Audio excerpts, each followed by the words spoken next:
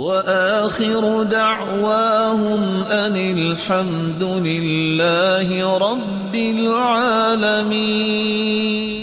تو میں یہ کہنا چاہوں گا، زندگی کی ایک حقیقت کو سمجھیے، تکلیفیں، دکھ، مصیبتیں اور کسی قسم کی پریشانی یہ انسان کو لاحق ہوتی ہے، لیکن فرق اتنا ہے کہ جو یہ سمجھتا ہے میری زندگی کا حصہ ہے، پاؤں میں اگر تکلیف ہے تو نماز چھوڑ دے، سر میں اگر درد ہے تو کیا خیال ہے نماز چھوڑ دے؟ ایسا نہیں ہو سکتا۔ منہجی مسلمان جو ہوتا ہے وہ رسول اکرم صلی اللہ علیہ وسلم کی اس خوشخبری سے ہمیشہ خوش رہتا ہے۔ خوشخبری کیا ہے؟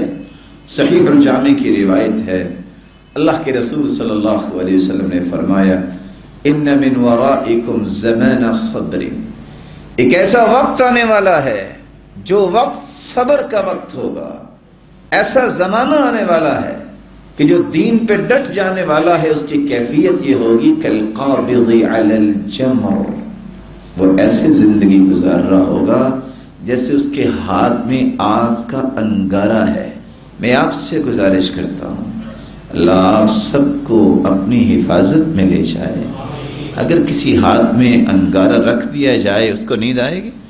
دنیا کا انگارہ تو رکھیں گے، کچھ وقت کے بعد تکلیفیں سہنے کے بعد بجھ جائے گا، لیکن یہ مانوی انگارہ ہے، اس کا مطلب ہے کہ مستقل یہ تکلیف اس کو برداشت کرنی پڑے گی، کالقابض علی الجمر۔ لیکن خوشخبری کتنی ہے؟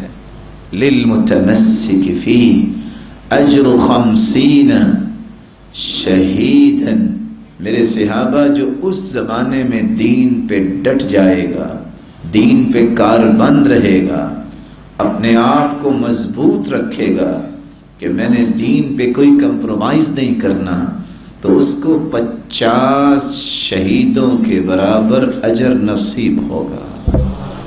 صحابہ نے سوال کر دیا، اے اللہ کے پیارے پیغمبر، ہم میں سے یا ان میں سے 50 لوگ شہید ہوں؟